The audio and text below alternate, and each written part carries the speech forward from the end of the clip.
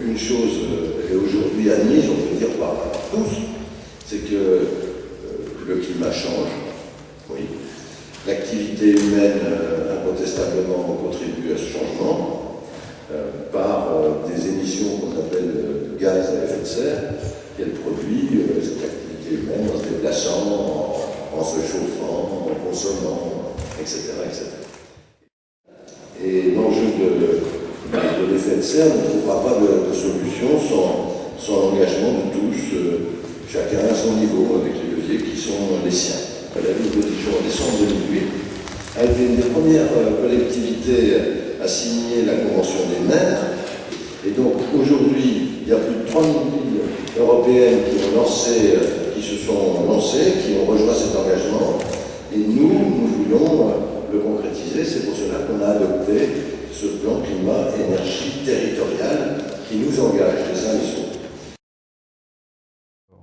Comme le plan climat de l'agglomération dijonnaise et celui de la ville de Dijon, puisqu'il y a deux plans climat, en ce qui concerne la ville de Dijon, le choix qui a été fait, un des axes, c'est le contact avec les habitants. Parce que rien ne peut se faire dans le cadre du plan climat sans la participation de tous. Clairement, chacun peut, au travers d'un certain nombre de pratiques, aller vers une économie globale, mais aussi aller vers cet effort collectif nécessaire pour tous, pour qu'en 2020, on atteigne les moins 20% de consommation énergétique globalement sur notre territoire, mais aussi les 20% d'économie de CO2 émis dans l'atmosphère. Dans le cadre du concours de l'an dernier, un certain nombre de familles se sont impliquées, elles sont au nombre de 42.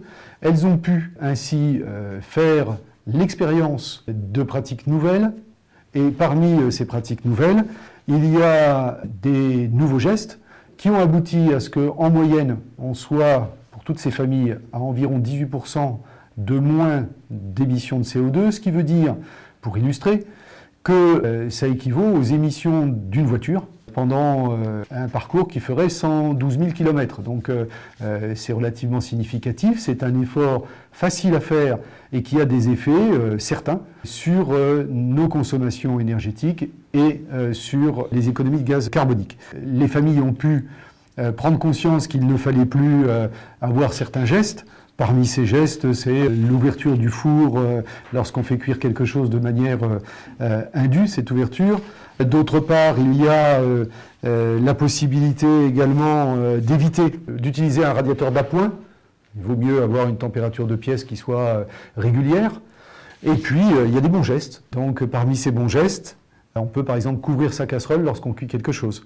On peut appuyer sur l'interrupteur de la rallonge électrique de telle manière à ce qu'on n'ait plus de consommation cachée.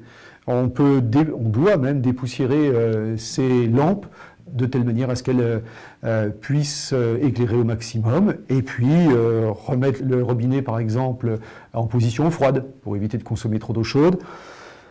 De toute manière, tous ces gestes aboutissent forcément à ce que l'on ait une diminution notable de la facture, ce qui est quand même intéressant puisque l'an dernier, on avait pu constater une diminution de la facture d'environ 120 € sur l'année.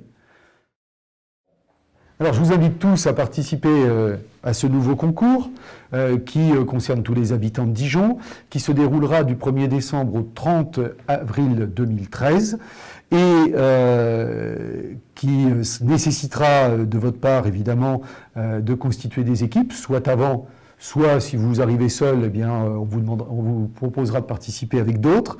Et la seule contrainte, c'est d'avoir ces factures de l'an dernier pour avoir une référence et pouvoir ainsi atteindre, j'allais dire comme vos prédécesseurs de l'an dernier, les 8% minimum d'économie sur votre facture.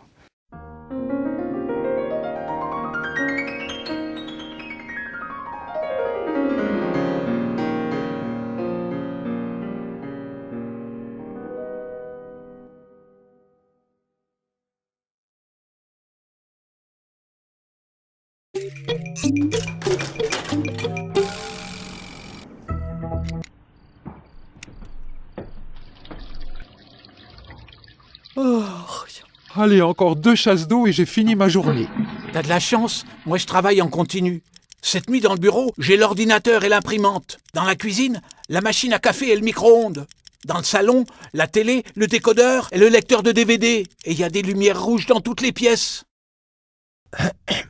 Mais vous êtes pas éteint la nuit? Et non, ils nous laissent en veille 24 heures sur 24. Au cas où ils aient besoin de nous en dormant ou quand ils sont au travail.